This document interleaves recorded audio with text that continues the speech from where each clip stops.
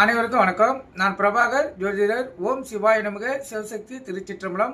இன்று பிறந்த நாள் காணும் அனைவருக்கும் வாழ்த்துக்கள். அதே போல இன்று திருமண நாள் காணும் அனைவருக்கும் வாழ்த்துக்கள்.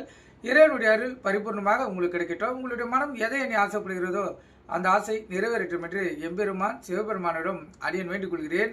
இப்போ நான் என்ன சொல்ல போறேன்னா, இந்த அரிசி மாவினால் கோலம் போடக்குள்ள, ஏன்னா மார்கழி மாதம் காலையிலிருந்து பிரம்ம முகூர்த்தத்தில் கோலம் போடுவாங்க. அது அரிசி மாவால் கோலம் போட்டால் மிகவும் அற்புத பலன்களை பெற முடியும். அதை பற்றி தான் சிறு விளக்கம் சொல்ல போகிறேன். கற்றுக்கொண்டு நீங்கள் பயன்பெறுக.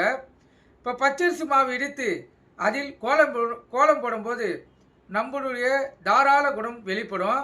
அரிசி மாவில் கோலம் போடுவதால் எறும்பு போன்ற ஜீவராசிகள் பசியை போக்கிய புண்ணியம் கிடைக்கும்.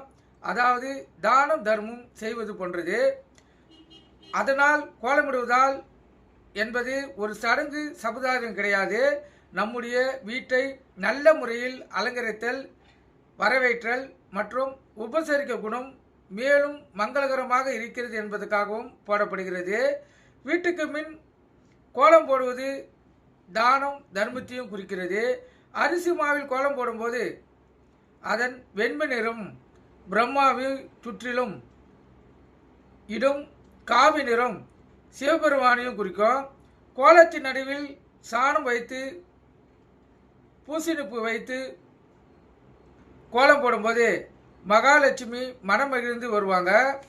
அவங்களுடைய மகாவிஷ்ணு சேர்ந்து வந்து நம்மை ஆசீர்வதிப்பார் என காலகாலமாக முன்னோர்கள் இந்த கோல சடங்கை செய்து கொண்டு வராங்க. அதே போல இனியும் உங்கள் வீட்டில் வாசலில் ஸ்டிக்கர் கோலத்தை அலங்கரிப்பதற்கு ஒட்டாமல் அர்த்தமுள்ள அரிசி கோலத்தை போட பழகிக் கொள்ளுங்கள். உங்கள் வீடு அடுக்குமாடி குடியிருப்பு இருந்தாலும் பிரச்சனை இல்லை.